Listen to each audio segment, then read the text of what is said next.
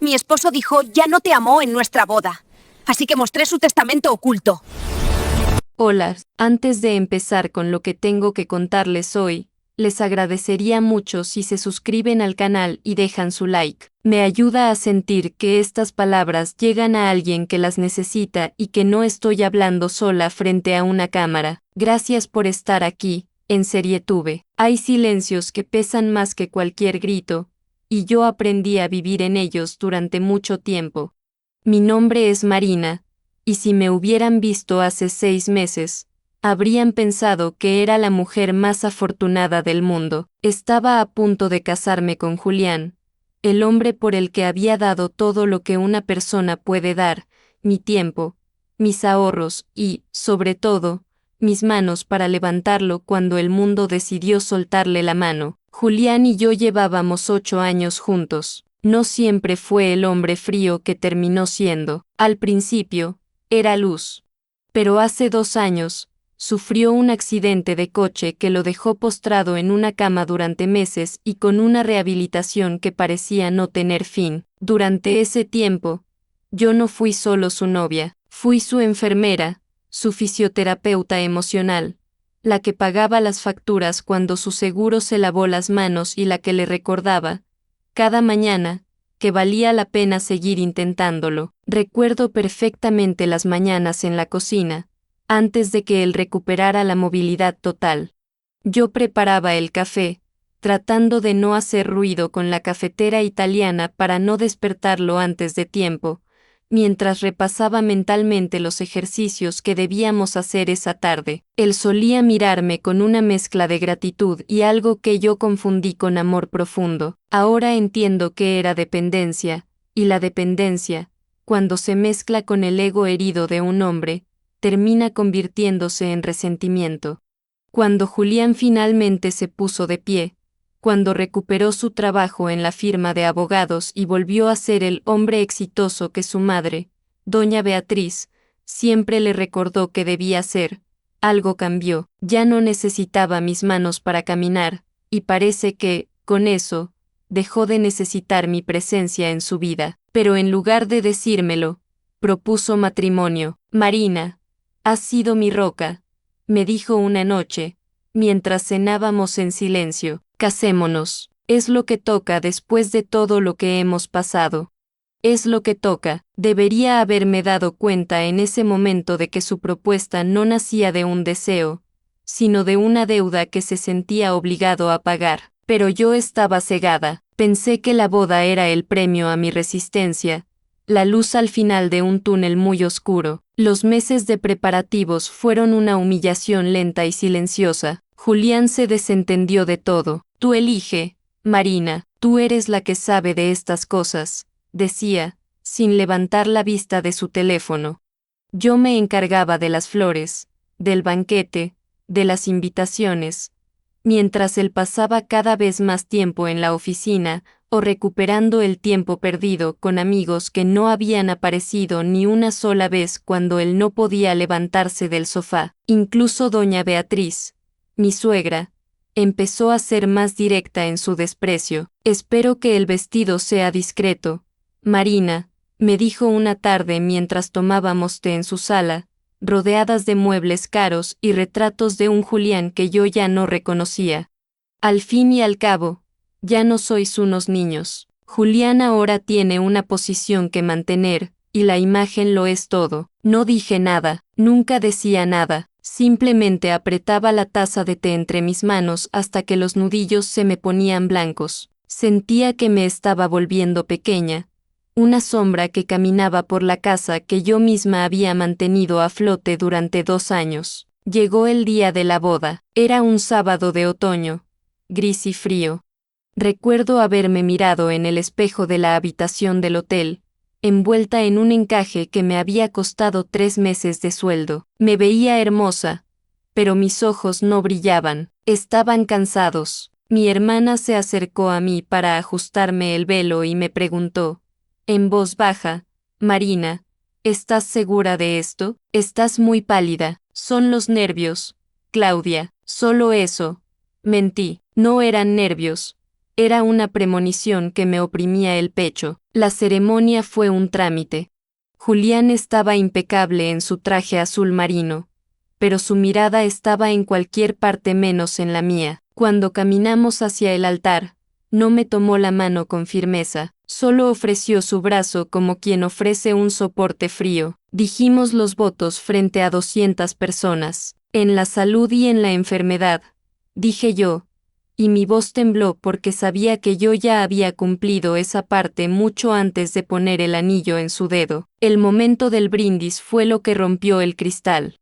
Estábamos sentados en la mesa presidencial, rodeados de flores blancas y copas de cristal de Bohemia. Los invitados reían, la música sonaba de fondo, una melodía suave de piano que yo había elegido con tanto cuidado. Julián se inclinó hacia mí, pensé que me iba a dar un beso, o a decirme lo guapa que estaba. Hacía meses que no me decía algo bonito. Se acercó a mi oído, pude oler su perfume, ese aroma a madera y cuero que antes me daba paz y que ahora me resultaba extraño.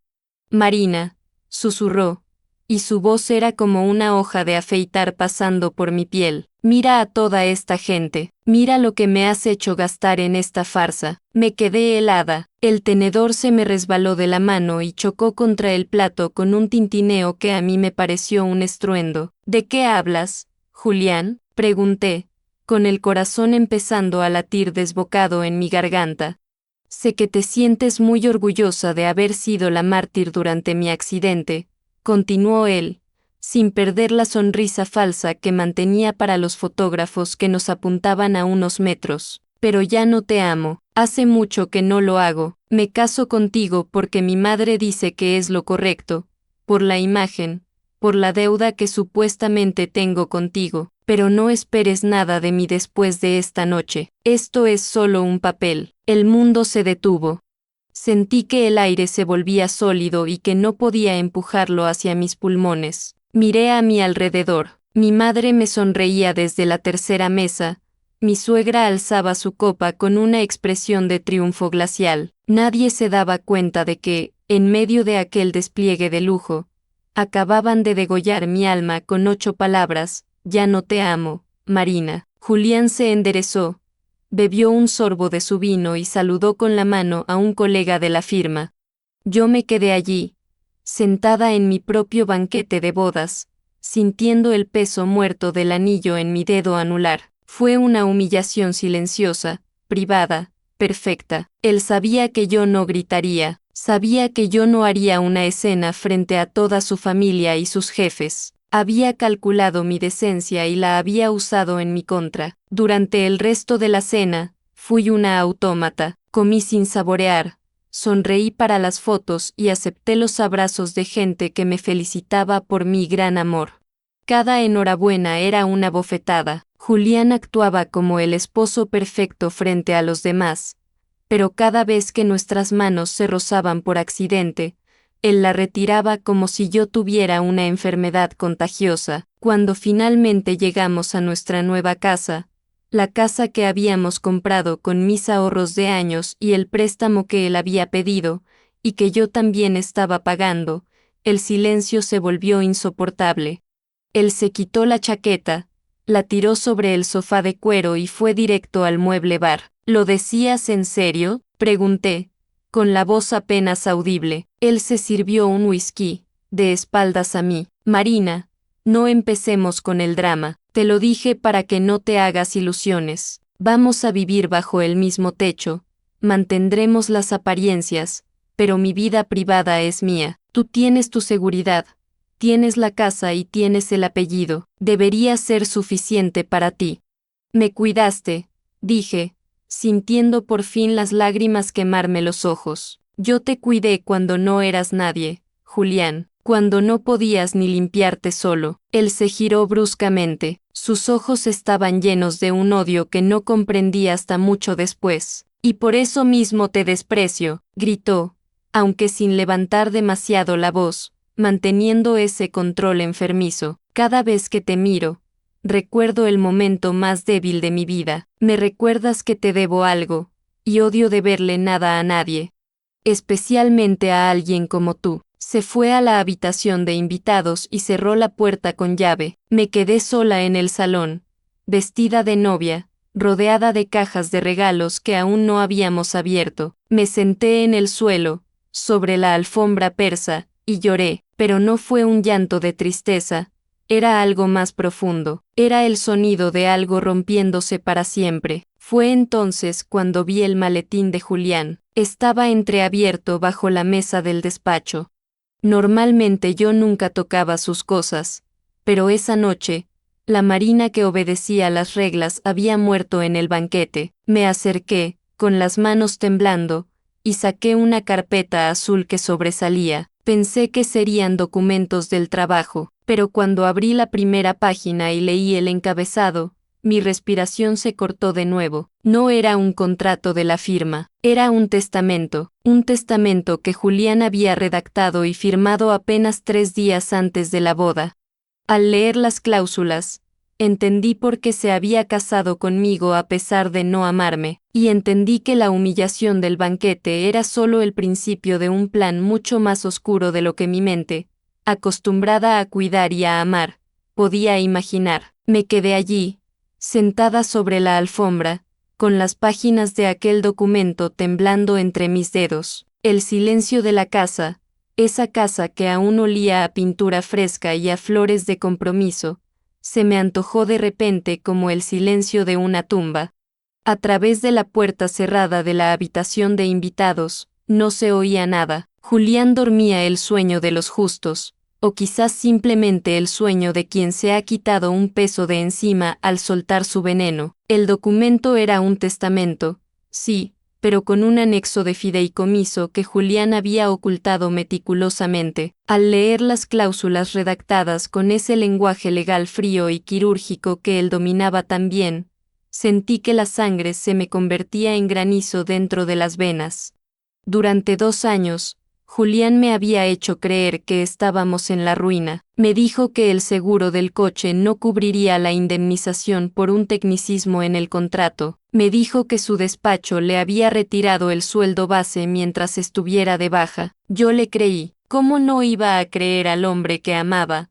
Al hombre que veía sufrir cada noche por los dolores de espalda. Saqué mis ahorros de una década.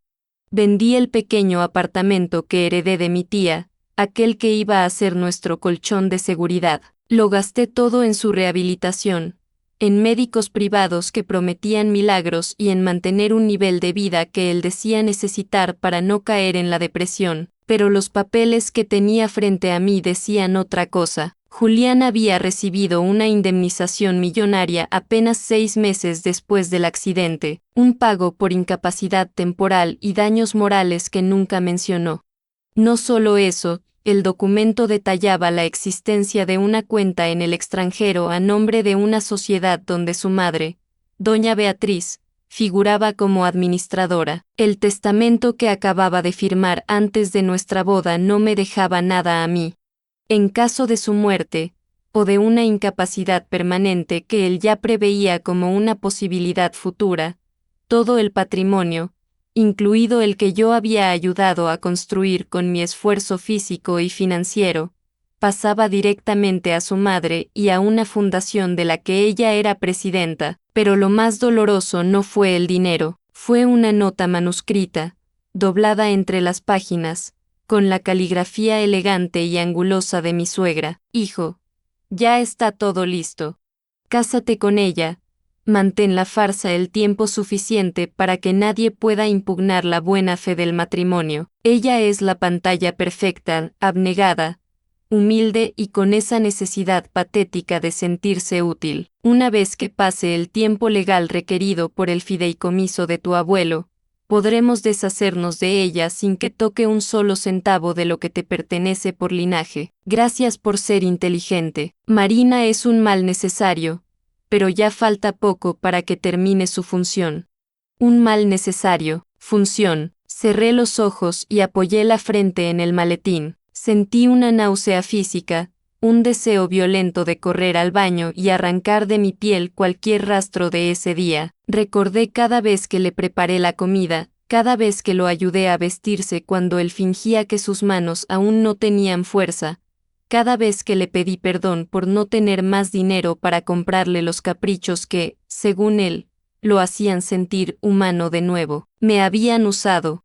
No como se usa un objeto, sino como se usa a un animal de carga al que se le acaricia el lomo solo para que siga caminando 1 kilómetro más. Pasé el resto de la noche en vela, sentada en el sofá del salón. No lloré más. Hay un punto en el que el dolor es tan absoluto que el cuerpo deja de producir lágrimas y empieza a producir una lucidez fría y aterradora. Observé cómo la luz del amanecer empezaba a filtrarse por las cortinas de lino. Era nuestra primera mañana como casados. A las 8, oí la puerta de la habitación de invitados abrirse. Julián salió vestido con ropa de deporte, como si fuera un sábado cualquiera. Se detuvo al verme allí, todavía con el vestido de novia puesto, aunque me había quitado el corpiño y me había cubierto con una bata de seda. ¿Sigues despierta?, preguntó, con una indiferencia que me hizo estremecer. Marina, te dije que no quería dramas. Si vas a estar así todo el día, mejor me voy al club a desayunar. Lo miré. Por primera vez en 8 años, no vi al hombre que amaba, vi a un extraño con rasgos conocidos. Vi a un depredador que se sentía tan seguro de su presa que ya ni siquiera se molestaba en esconder los colmillos. Estoy bien, Julián, dije, y mi voz sonó tan hueca que me sorprendió incluso a mí. Solo estaba pensando en todo lo que tenemos que hacer hoy. Hay que organizar los regalos, llamar a tu madre para agradecerle la fiesta. Él sonrió, una sonrisa de suficiencia. Me alegra que seas razonable. Sabía que después de un rato lo entenderías. Al final, estar casada conmigo es lo mejor que te ha pasado, aunque sea solo por el estatus. Haz café, por favor. Salgo a correr media hora y vuelvo. Salió de casa sin darme un beso, sin mirarme a los ojos. El ruido de la puerta al cerrarse fue el pistoletazo de salida para mi propia carrera. No devolví los papeles al maletín inmediatamente. Fui a la cocina, puse la cafetera y, mientras el agua empezaba a hervir, saqué mi teléfono móvil. Le hice fotos a cada una de las páginas del testamento, del fideicomiso y, sobre todo, a la nota de doña Beatriz. Mis manos no temblaban, estaban firmes, moviéndose con una precisión mecánica. Subí a nuestra habitación, la que se suponía que iba a ser nuestro nido de amor, y saqué una caja fuerte pequeña que yo misma había comprado años atrás. Guardé allí los documentos originales por el momento. Julián nunca recordaba la combinación. Siempre me pedía a mí que la abriera cuando necesitaba su pasaporte. Durante el desayuno, el ambiente fue de una normalidad espeluznante. Julián volvió de correr. Se duchó y se sentó a la mesa mientras leía las noticias en su tablet. Yo le serví las tostadas, tal como le gustaban, con un poco de aceite de oliva y salmaldón. Mi madre vendrá a comer, dijo, sin levantar la vista. Quiere que revisemos la lista de agradecimientos. Asegúrate de que la casa esté impecable. Ya sabes cómo es ella con el orden. Lo sé, respondí, dándole un sorbo a mi café amargo. No te preocupes por nada, todo estará perfecto para Beatriz. Él asintió, satisfecho de mi sumisión. En su mente, yo era la misma Marina de siempre, la mujer que agachaba la cabeza y buscaba su aprobación desesperadamente. No se daba cuenta de que cada vez que yo asentía, estaba clavando un clavo en el ataúd de nuestra relación. A las 12 en punto, el timbre sonó. Era doña Beatriz. Venía vestida con un conjunto de punto color crema, impecable, con ese aire de superioridad que siempre me había hecho sentir pequeña. Entró en la casa evaluando cada rincón con la mirada, como un inspector de sanidad en un local de dudosa reputación. Marina, querida, dijo, ofreciéndome la mejilla con una frialdad estudiada. ¿Qué ojeras tienes? Supongo que la emoción de ayer fue demasiado para ti. Una mujer de tu origen no está acostumbrada a eventos de ese calibre, es comprensible. Hola, Beatriz, pasa, por favor, la comida está casi lista. Julián bajó las escaleras y abrazó a su madre con un afecto que nunca me había mostrado a mí. Se sentaron en el salón a hablar de la firma, de los contactos que habían hecho en la boda, de lo bien que había salido todo. Yo, desde la cocina, escuchaba sus risas. Eran risas de complicidad, de dos personas que comparten un secreto sucio y se sienten invencibles por ello. Mientras servía la ensalada, Beatriz me miró con una curiosidad maliciosa. ¿Y bien, Marina? ¿Qué se siente al ser la señora de la casa? Espero que cuides a mi hijo como se merece. Él ha pasado por mucho, y ahora que ha recuperado su posición, necesita a alguien que esté a la altura, aunque sea solo en los detalles domésticos. Hago lo que puedo, Beatriz, dije, dejando el plato frente a ella. Julián sabe que siempre he estado ahí para él, especialmente cuando nadie más estaba. Hubo un silencio incómodo. Julián me lanzó una mirada de advertencia. Beatriz se limitó a sonreír con desdén. El pasado es pasado, querida. Lo que importa es el futuro, y el futuro de Julián es brillante, siempre y cuando no haya lastres que lo detengan. Lastres. Esa era yo, el lastre que había pagado sus facturas y limpiado sus heridas. Terminamos de comer y, mientras Julián iba al despacho a buscar unos documentos, me quedé a solas con Beatriz en la mesa. Ella tomó un sorbo de su té y me miró fijamente. Marina, no creas que por tener un anillo en el dedo has ganado algo. Julián es un hombre de mundo, y tú, bueno, tú eres una buena chica, pero no te hagas ilusiones de que esto va a durar para siempre de la forma que tú imaginas. Sé inteligente, acepta las migajas que se te den y no busques problemas. Mi hijo tiene grandes planes, y tú eres solo una pieza en el tablero. La miré a los ojos, no sentí miedo, ni rabia, solo una profunda compasión por la mujer que creía que su crueldad era una forma de inteligencia. Entiendo perfectamente mi lugar en esta casa, Beatriz, dije, con una calma que pareció desconcertarla por un segundo. Más de lo que te imaginas. Esa tarde, después de que ella se fue, Julián me pidió que le trajera su maletín. Se lo llevé al despacho.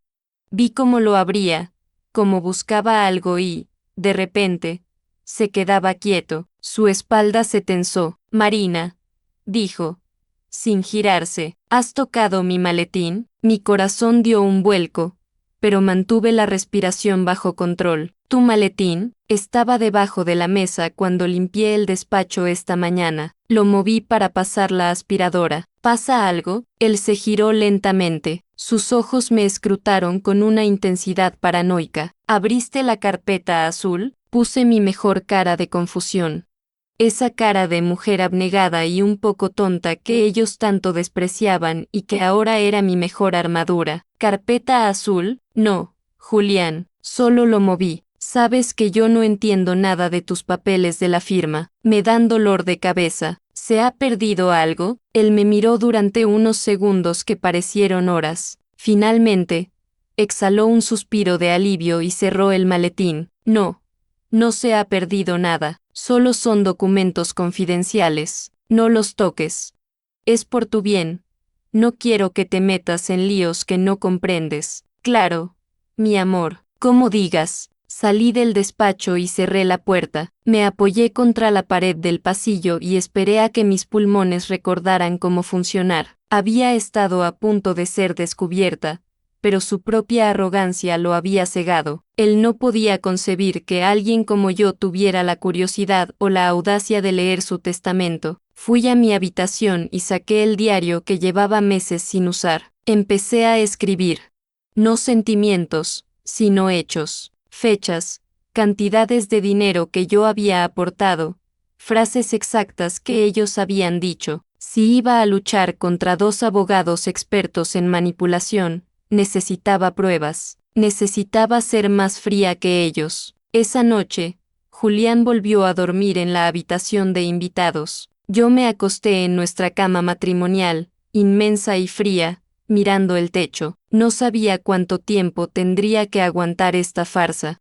No sabía cómo iba a salir de esto sin quedarme en la calle, Pero una cosa estaba clara, ya no era la víctima de su historia. Había empezado mi propia partida, y Julián, en su infinita vanidad, ni siquiera se había dado cuenta de que yo ya tenía su testamento en mi poder, o al menos, la verdad que él tanto se había esforzado por ocultar tras el sí, quiero. Durante la semana siguiente, me dediqué a observar. Empecé a notar pequeñas grietas en su fachada, llamadas telefónicas que cortaba cuando yo entraba en la habitación, correos electrónicos que cerraba apresuradamente. Julián estaba preparando algo que iba más allá del testamento, y yo, mientras tanto, seguía siendo la esposa perfecta, preparando sus cenas favoritas y sonriendo cuando doña Beatriz llamaba para recordarme mis obligaciones. Pero el sábado ocurrió algo que cambió el ritmo de mi espera. Recibí una carta.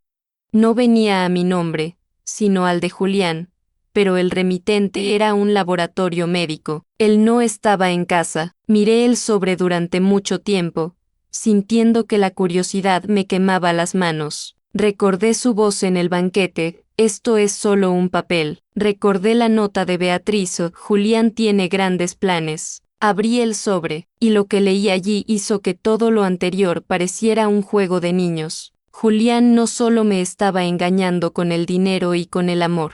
Me estaba engañando con su propia vida. El sobre era blanco, de un papel grueso y aséptico que parecía repeler el calor de mis manos. Lo abrí con un abrecartas de plata que Julián había recibido como regalo de la firma, sintiendo que estaba profanando un templo que, en realidad, ya estaba lleno de mercaderes. Dentro, no había una carta de amor, ni un documento de la oficina. Eran los resultados de un panel genético y una serie de marcadores neurológicos.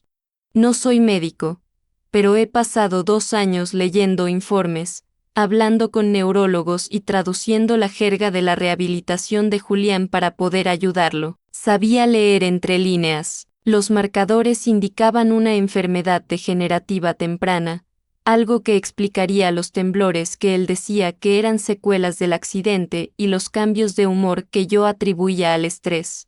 Pero lo que me dejó sin aliento no fue la enfermedad en sí, sino la fecha del informe original, que venía adjunto como referencia. Julián sabía de su condición desde antes del accidente. El accidente de coche no había sido el inicio de su calvario, había sido su oportunidad. Había usado un evento fortuito para camuflar una condición preexistente y así cobrar un seguro de invalidez que, de otro modo, jamás le habrían concedido. Y yo había sido el testigo principal.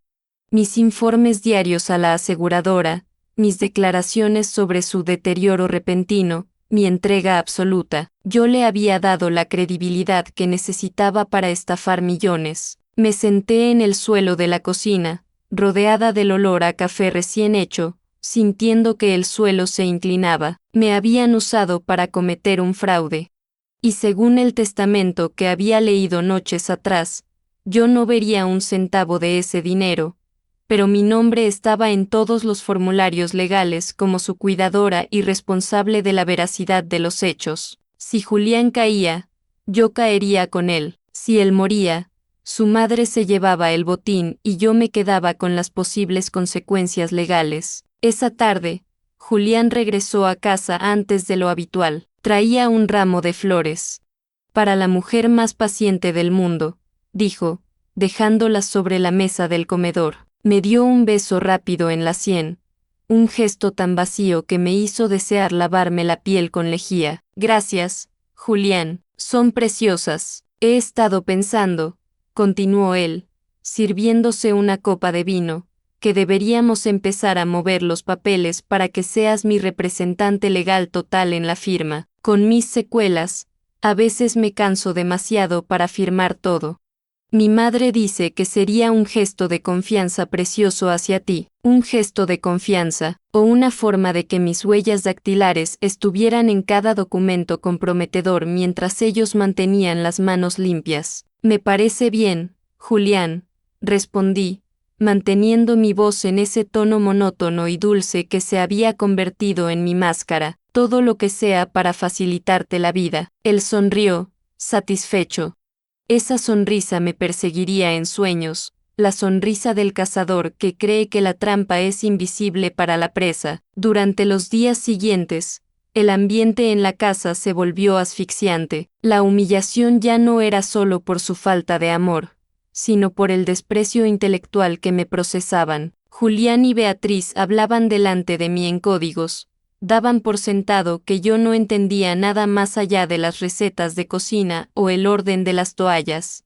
Marina, querida, me dijo Beatriz un miércoles, mientras revisaba unos documentos en la sala. Firma aquí, es solo un permiso para la gestión de la propiedad de la playa. Julián está muy agotado hoy y no quiero molestarlo con estas minucias. Miré el papel, no era un permiso para una propiedad, era un reconocimiento de deuda personal. Si yo firmaba eso, estaba asumiendo la responsabilidad de un préstamo que Julián había pedido a nombre de una de sus empresas fantasma. Claro, Beatriz.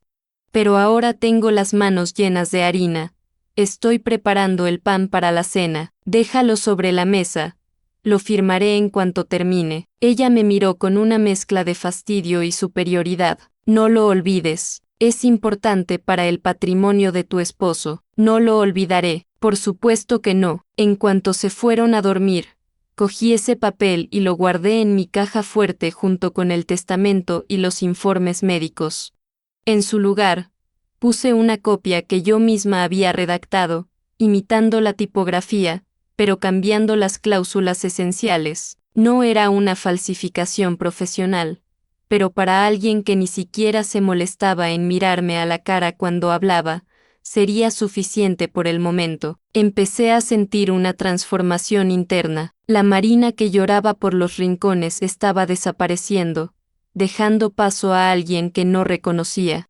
Era una mujer metódica, silenciosa, que observaba cada gesto de su marido con la precisión de un entomólogo estudiando un insecto. Una noche, Julián trajo a casa a un colega de la firma, un hombre llamado Ernesto. Querían celebrar un contrato importante. Me pasé la tarde cocinando, sirviendo copas y retirando platos, mientras ellos hablaban de cifras que yo no debería conocer. Tu mujer es un tesoro, Julián, dijo Ernesto, mirándome con una condescendencia que pretendía ser amable.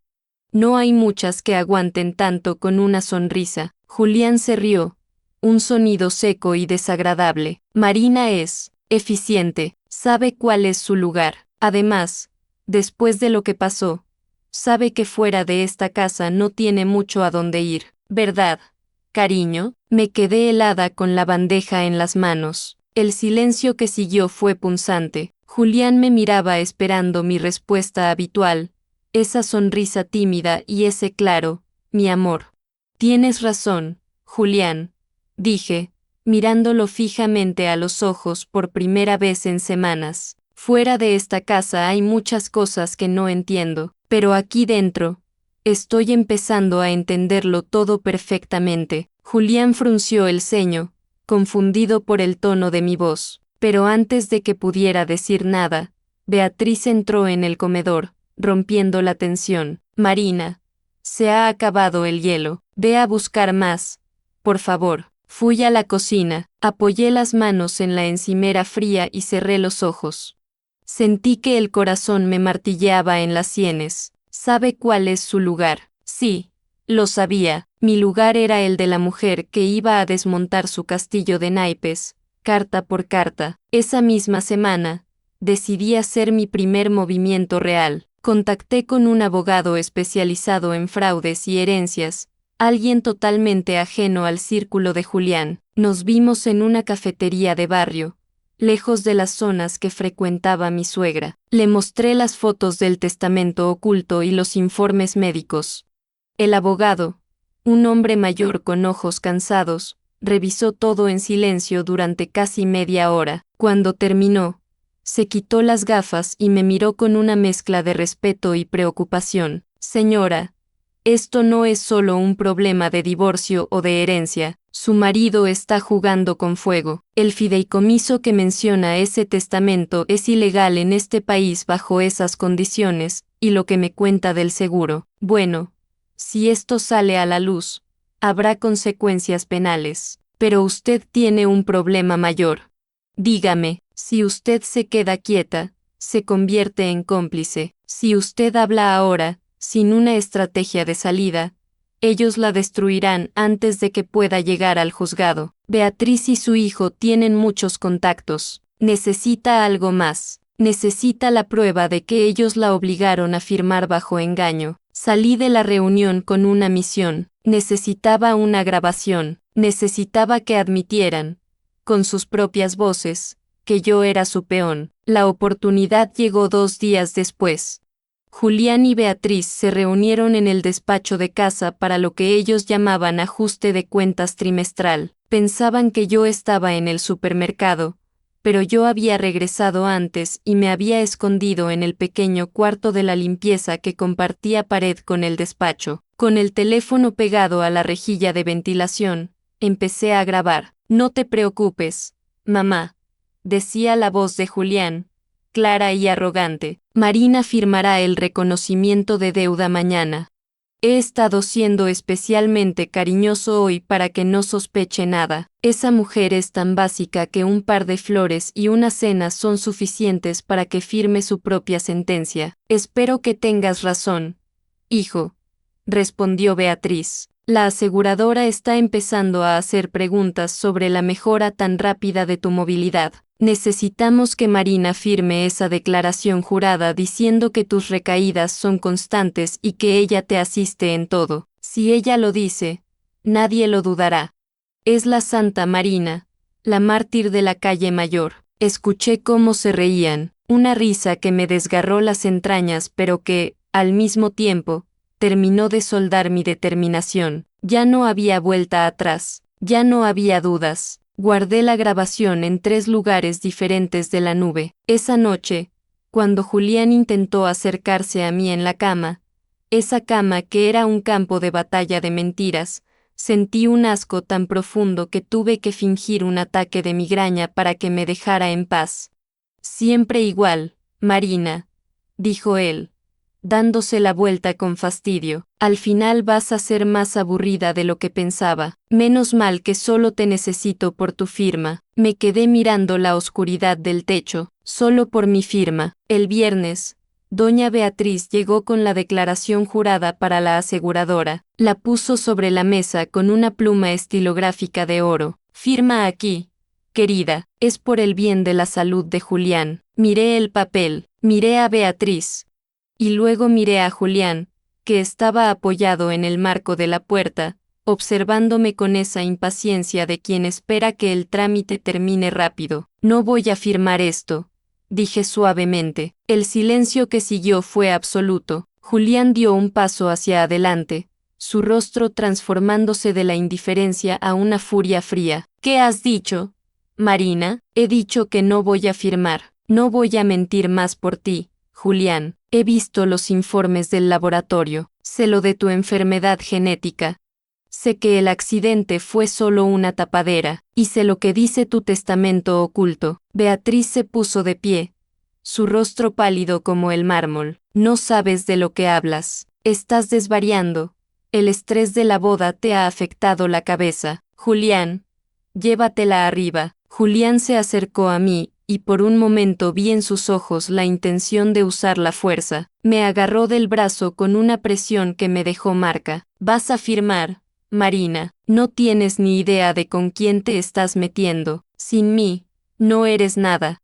Volverás a la miseria de donde te saqué. Firma ahora mismo y quizá me olvide de este atrevimiento. Le sostuve la mirada. No temblé. Si me tocas, la grabación de vuestra conversación de ayer llegará a la policía y a la aseguradora en menos de 5 minutos. Está programada para enviarse automáticamente si no introduzco un código cada hora. Julián soltó mi brazo como si quemara. Beatriz se dejó caer en la silla, mirando el papel sobre la mesa como si fuera una serpiente. ¿Qué quieres, Marina?, preguntó ella, con una voz que ya no tenía rastro de superioridad, sino de puro miedo. Dinero, te daremos lo que quieras, pero no destruyas a mi hijo. Miré a Julián, el hombre que una vez amé ahora me recordaba a un animal acorralado, patético en su arrogancia herida. No quiero vuestro dinero, dije, y por primera vez en años, sentí que mi voz era realmente mía. Quiero mi vida de vuelta, pero antes, quiero que veáis algo. Saqué mi teléfono y puse el video que había grabado el día anterior, no el de la conversación, sino uno que había grabado esa misma mañana, mientras Julián creía que yo dormía. En el video se le veía caminando perfectamente, haciendo pesas en el sótano y hablando por teléfono con total normalidad, sin rastro de los temblores ni de la debilidad que fingía ante el mundo. Esto es lo que voy a mostrar, dije, pero no a la policía, todavía no. Julián se abalanzó sobre el teléfono, pero yo fui más rápida y lo guardé en el bolsillo. Escuchadme bien, mañana hay una cena con los socios de la firma. Julián, vas a ir allí y vas a anunciar algo muy importante, y si no lo haces tal y como yo diga, el testamento oculto será la menor de vuestras preocupaciones. Beatriz me miró con un odio puro. Eres un monstruo, Marina. Después de todo lo que hemos hecho por ti, lo que habéis hecho por mí es usarme como un escudo humano, respondí. Ahora, os toca a vosotros sentir lo que es vivir con miedo. Me fui a mi habitación y cerré la puerta. Me senté en la cama y, por primera vez, sentí que la habitación no estaba fría. El plan para la cena de mañana estaba trazado. No buscaba justicia poética, buscaba mi libertad absoluta, y sabía exactamente qué punto del testamento de Julián iba a usar para herirlos donde más les dolía, en su orgullo y en su linaje. Mañana, el mundo sabría quién era realmente Julián.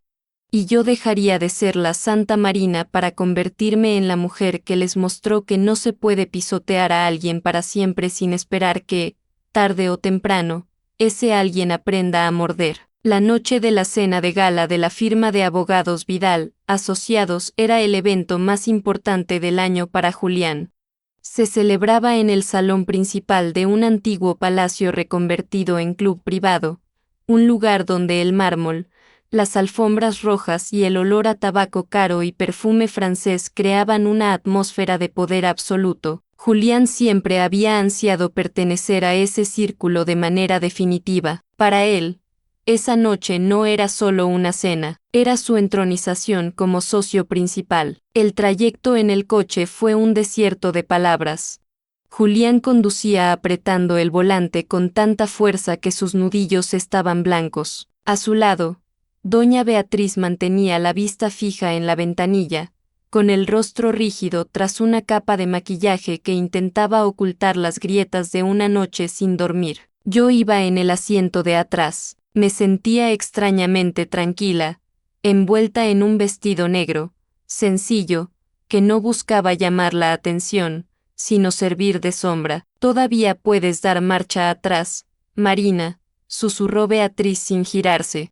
Si haces esto, no solo hundes a Julián, te hundes tú. No olvides que tu firma está en muchos de esos documentos. Mi firma está en los documentos que ustedes me obligaron a firmar bajo engaño, respondí con calma, pero mi voz está en la grabación donde confiesan que me usaron. La diferencia, Beatriz, es que yo no tengo nada que perder. Ustedes lo tienen todo. Llegamos al club. Julián bajó del coche y, por inercia, intentó poner su máscara de hombre herido pero valiente. Empezó a caminar con ese leve cojeo fingido que tanto me había dolido ver durante meses. Hoy no, Julián, le dije al oído mientras subíamos la escalinata. Camina derecho. Si te veo flaquear una sola vez, saco el teléfono y le envío el video de tu sesión de pesas a Ernesto antes de que sirvan el primer plato. Él se tensó, pero enderezó la espalda. Entró en el salón caminando con una firmeza que sorprendió a varios de sus colegas. La cena transcurrió como un ballet de hipocresía. Los socios felicitaban a Julián por su milagrosa recuperación y a mí me daban palmaditas en el brazo, llamándome el ángel de la guarda de la firma. Yo sonreía y asentía, sintiendo el sobre que llevaba en mi bolso como si fuera una brasa ardiendo. Dentro no solo estaban las fotos del testamento, había algo más, la demanda de divorcio por fraude y la renuncia de Julián a cualquier derecho sobre el patrimonio que habíamos compartido. Llegó el momento de los brindis. Ernesto, el socio senior, se levantó y pidió silencio. Queridos amigos, hoy celebramos el éxito de nuestra firma, pero sobre todo celebramos la resiliencia humana. Julián Vidal no solo ha vuelto a nosotros, sino que lo ha hecho con una fuerza renovada, y sabemos que detrás de ese gran hombre, hay una mujer excepcional. Julián, el micrófono es tuyo. Julián se levantó, su mirada se cruzó con la mía. Yo le hice un leve gesto con la cabeza hacia el bolso. Él sabía lo que tenía que hacer. Habíamos pactado que él anunciaría su retiro voluntario por motivos de salud y que cedía sus participaciones de la firma a un fondo compensatorio. Pero yo tenía una sorpresa adicional para el momento final, una que no le había contado. Gracias, Ernesto, comenzó Julián, y su voz sonaba como si estuviera tragando cristales. Es cierto que la vida nos da lecciones inesperadas. Estos años han sido difíciles, y hoy quiero anunciar que, en ese momento, Beatriz, que estaba a mi lado, intentó levantarse para interrumpirlo, pero yo le puse la mano sobre el brazo, la apreté con una fuerza que nunca supe que tenía. Siéntate, Beatriz, le dije en un susurro gélido, disfruta del espectáculo, es el final de tu mal necesario. Julián continuó con el discurso que yo le había redactado, su renuncia, su necesidad de paz. Pero cuando terminó, yo me puse de pie. Los invitados, sorprendidos, guardaron un silencio expectante.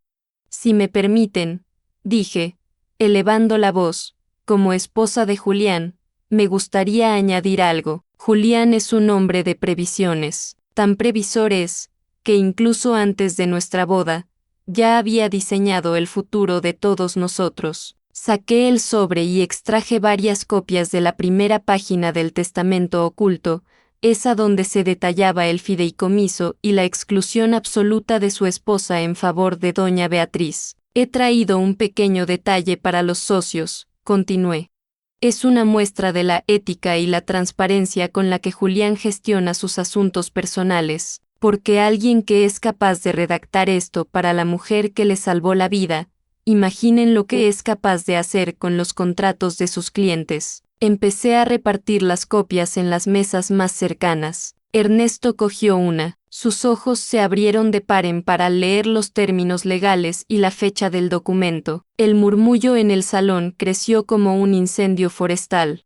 Julián se quedó petrificado en el estrado, con el micrófono todavía en la mano, viendo cómo su reputación se desintegraba en manos de sus propios mentores. «Marina, detente», gritó Beatriz, perdiendo por fin los papeles delante de todos. «¿Por qué, Beatriz? ¿Por qué la verdad no encaja con tu linaje?», le pregunté delante de todos. Julián no solo me ocultó su amor, me ocultó su vida, su salud y su dinero, pero lo que no pudo ocultar es que, al final del día, es un hombre vacío. Me giré hacia Julián. Él me miraba con un odio que ya no me hería. Era el odio del que has sido desnudado en público. «Ya no eres mi esposo», le dije, con una calma que me llenó el pecho de aire limpio. «Mañana recibirás los papeles del divorcio, y si intentas impugnar un solo centavo de lo que me corresponde por ley para recuperar lo que invertí en ti, los videos del fraude al seguro irán directos a la fiscalía. Tienes 12 horas para sacar tus cosas de la casa. Beatriz, puedes llevártelo a tu casa. Al fin y al cabo, siempre fue más tuyo que mío». Salí del salón sin mirar atrás. Esta vez no hubo lágrimas. Mientras bajaba las escaleras del club, oí el alboroto que quedaba atrás, los gritos de Beatriz y las preguntas inquisitivas de los socios. Sabía que Julián nunca volvería a ejercer la abogacía en esa ciudad. Sabía que Beatriz pasaría el resto de sus días tratando de explicar lo inexplicable. Llegué a casa y me senté en el porche. El silencio ya no era una tumba, era un lienzo en blanco. Por primera vez en 8 años, no tenía que cuidar de nadie, no tenía que vigilar los gestos de nadie, no tenía que pedir perdón por existir. La mudanza de Julián fue rápida y humillante para él. Llegó a la mañana siguiente con una furgoneta, escoltado por su madre. No me dijeron ni una palabra. Yo los observé desde la ventana de la cocina, tomando el mismo café que antes preparaba con tanto miedo de despertarlo. Verlos cargar las cajas, ver a Julián caminando sin cojear bajo la mirada gélida de los vecinos que ya se habían enterado de todo, fue el cierre que necesitaba. Meses después, el divorcio se resolvió. Recuperé mi dinero, vendí la casa de las mentiras y me mudé a una pequeña ciudad cerca del mar. Julián y Beatriz terminaron envueltos en una auditoría que los dejó en la sombra de lo que fueron. Supe que él seguía lidiando con su enfermedad, pero esta vez de verdad, sin seguros que lo salvaran ni una esposa que le sirviera de escudo. A veces, por la noche, miro mi mano derecha y todavía veo la marca clara donde solía estar el anillo, pero ya no siento el peso. Siento la ligereza de quien ha aprendido que el amor no es una deuda, y que la mayor traición no es que dejen de amarte, sino que te obliguen a dejar de amarte a ti misma para salvar a otro. He vuelto a caminar por las mañanas, pero ahora lo hago por la orilla de la playa. No busco a nadie, no espero a nadie, solo escucho el sonido de las olas y entiendo, por fin, que mi función no era ser el mal necesario de nadie, sino la protagonista de mi propia vida. Esta historia no termina aquí. Hay relatos que nunca pude subir al canal. El enlace está en la descripción.